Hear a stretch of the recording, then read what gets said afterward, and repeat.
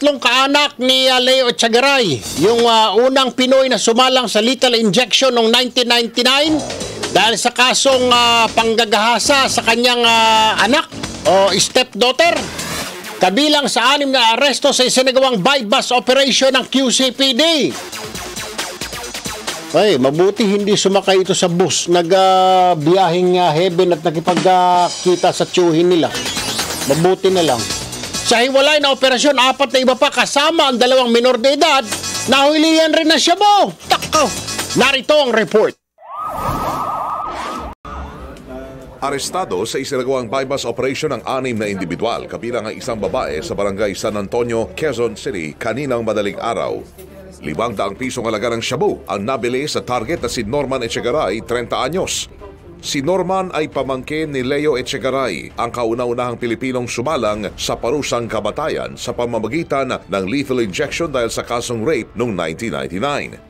Sa mismong bahay ng mga Echegaray, naaktuhan naman umanong nagpapat session ang tiyuhin ng target at ang bunsong kapatid ni Leo na si Noel. Kinakasama nitong si Maridel Cupil at ang anak niyang si Jonathan Echegaray, 19 anyos. Dinakip din ang 2 iba pa na kasama raw na bumabatak ng mga sospek. Itong si Norman Echegaray ay matagal na naming minanmanan. After the bypass operation, tumakbo itong subject natin at nung nasa loob na siya ng bahay, doon din nakita natin na nagkakaroon ng pot session. 8 sachet ng shabu na nagkakalaga ng 40,000 piso, bypass money at mga drug paraphernalia ang narecover sa mga sospek. Gate naman ni Norman, nagawa niya lamang magtulak ng shabu dahil sa kahirapan, habang ang iba aminadong gumagamit ng illegal na droga. Opo, sir. Paano po kayo napasok sa ganyan transaksyon? Wala akong trabaho, sir. Wala akong pinag-aralan. Gaano na po katagal yung ginagawa niyo? Nalos, mga 5 taon, sir. Magamit lang po. Tinikman ko lang po.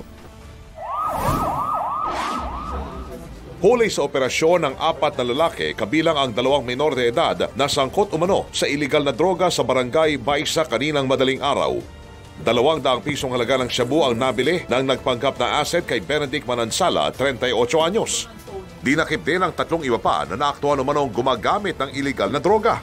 Pero gate ni Manansala, may matino siyang trabaho at hindi siya nagtutulak ng shabu.